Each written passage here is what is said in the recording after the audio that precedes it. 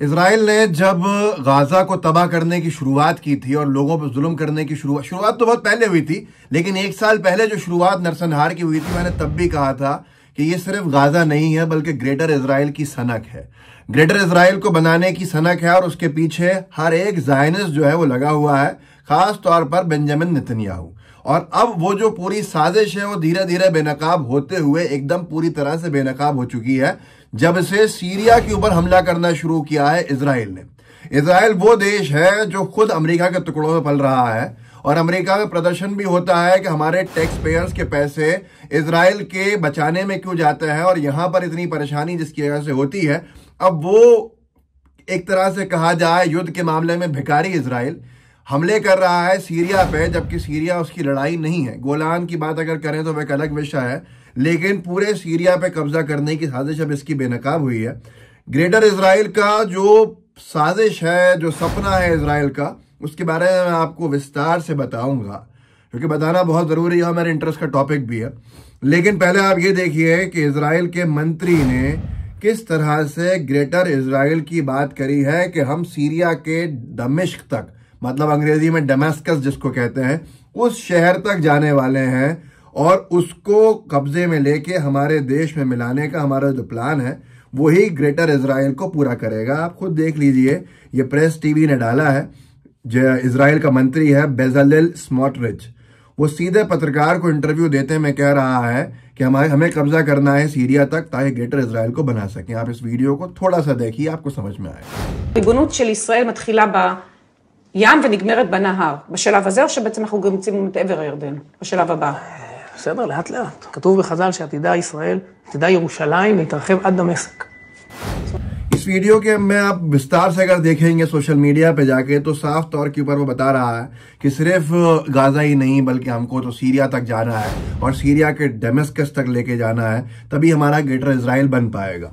आखिर क्या है ग्रेटर इजराइल जिसकी साजिश अब धीरे धीरे सामने आ रही है इजराइल की? आखिर क्यों चाहता है इजराइल अपने जो सरहदें हैं उसको बहुत दूर तक फैलाना और किस किस देश को कब्जे में लेना चाहता है इजराइल ग्रेटर इजराइल बनाने के सपने में? बहुत सारी थ्योरीज हैं, ग्रेटर इजराइल के बाद ही वो होगा, ये होगा, बहुत सी पेशन गोई होती हैं जिसको हम प्रोफेसीज कहते हैं, बहुत और चीज़ें कहते हैं कि आगे आने वाले वक्त में जो चीज़ें बता के गए हैं तो वो कब पूरा होगा, ये जब होगा तब ये चीज़ होगी।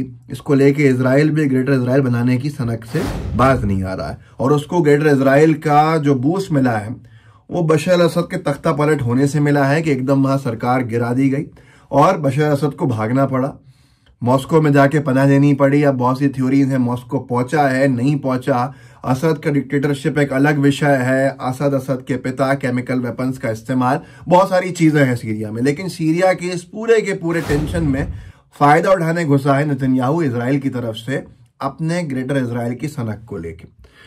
मैं बताऊंगा आपको कि क्या क्या हो रहा है इजराइल की तरफ से, कैसे तबाही की जा रही है सीरिया में, जहां आज उसके पास कोई बहाना नहीं है। गाजा में एक बहाना था कि हमास ने हमला कर दिया हमारे ऊपर, अब हम हमास को पूरी तरह से तबाह करने के लिए गाजा को ही तबाह कर देंगे। वो बहाना भी बहाना नहीं था, लेकिन मानने वाले मान रहे थे। अब सवाल ये उठता है कि सीरिया में क्या बहाना और क्या कर रहा है। उसके पहले आप चलिए ग्रेटर इजराइल के प्रोजेक्ट के ऊपर। ये एक नक्शा है, मैंने अभी ढूंढ के निकाला है समझाने के लिए आसानी से। अगर इस नक्शे को आप गौर से देखेंगे तो ये होली लैंड का वादा जो तौरात में किया गया है, जो न्यू टेस्टामेंट ओल्ड टेस्टामेंट में किया गया है यहूदियों से, उसके बारे में वो कहते हैं कि ये हमें होली लैंड को ग्रेटर इजराइल के कॉन्सेप्ट पे लाके पूरा करना है कि सिर्फ इजराइल नहीं बल्कि इजराइल के साथ साथ इजिप्ट भी हमारे देश में मिले, सऊदी अरेबिया का भी एक बहुत बड़ा हिस्सा मिले, जॉर्डन पूरा मिल जाए, फिलिस्तीन पूरा इसमें आए और उसके साथ साथ लेबनान पूरा आए, सीरिया पूरा आए, इराक का आधा हिस्सा है, यूफ्रेट्स रिवर के इस तरफ। ये इतना बड़ा देश बनाना ग्रेटर इजराइल, ये इनकी किताबों में मिलता है इनके हिसाब से। और इसी की सनक में आज दुनिया भर में जिस तरह से तबाही का मुजाहरा चल रहा है, नुमाइश चल रही है इजराइल की तरफ से, वो इस सब के पीछे है। और अब आपने मंत्री को भी सुन लिया, इस सब के लिए क्या कर रहा है इजराइल आप जानते हैं। प्रेस टीवी ने लिखा, Israel says to step up strikes on military bases installations across Syria. Israel ने कहा है कि वो बहुत तेजी से बढ़ाएगा अपने एयर स्ट्राइक्स मिलिट्री बेसिस पे और जितने भी एस्टैब्लिशमेंट्स हैं पूरे सीरिया में मिलिट्री के। इनको क्या फर्क पड़ रहा है साहब? इजराइल का क्या वहां पे इशू खड़ा हो गया है? गोलान के अलावा जो पूरे सीरिया को तबाह करने के ऊपर इजराइल आ गया है। लोगों ने कहा evil hummingbirds, Press TV ने लिखा, people in South Lebanon recount horror Israel continues to breach truce. एक तरफ सीज फायर हो गया आपका लेबनान के और इजराइल के बीच में, लेकिन फिर भी इजराइल ड्रोन अटैक्स कर रहा है। लेबनान के लोग उससे बहुत ज्यादा परेशान है और उसको ईविल हमिंग बर्ड का नाम दिया गया है। इजरायली आर्मी ये कह रही है कि 150 मिलिट्री टारगेट्स जो है वो सीरिया में उसने निशाने पे लिए हैं मंडे को। 150 बहाना है, 150 सिविलियंस के इलाके के अंदर बॉम्बार्डमेंट किया होगा, जिसके वीडियोस भी मौजूद हैं। आप खुद देख लीजिए इस वीडियो को, सदर्न सीरिया का वीडियो।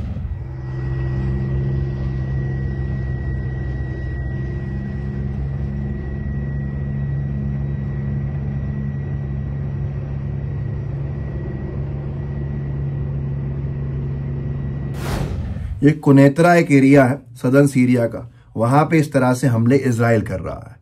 आप खुद बताइए कि आज भी आप इजराइल को सही ठहराएंगे क्या? आप में से जो लोग हमास की आड़ में गाजा को तबाह करने पे इजराइल को सही ठहरा रहे थे, क्या यहां भी इजराइल को सही ठहराया जाएगा जो वो सीरिया पे हमले करा जा रहा है? सिर्फ मौके का फायदा उठा के सीरिया को कब्जे में देना और अपने ग्रेटर इजराइल की सनक को पूरा करना। यह हाल है कि इजरायली मिलिट्री ये भी दावा कर रही है कि उसने वेपन्स के ऊपर हमला किया है, वेपन्स डिपो के ऊपर, दारा सीरिया साउथ ईस्ट में जो इलाका आता है। यह भी इजरायली मीडिया कह रहा है कि operation to destroy Syrian military continues और aircraft struck dozens of army targets overnight.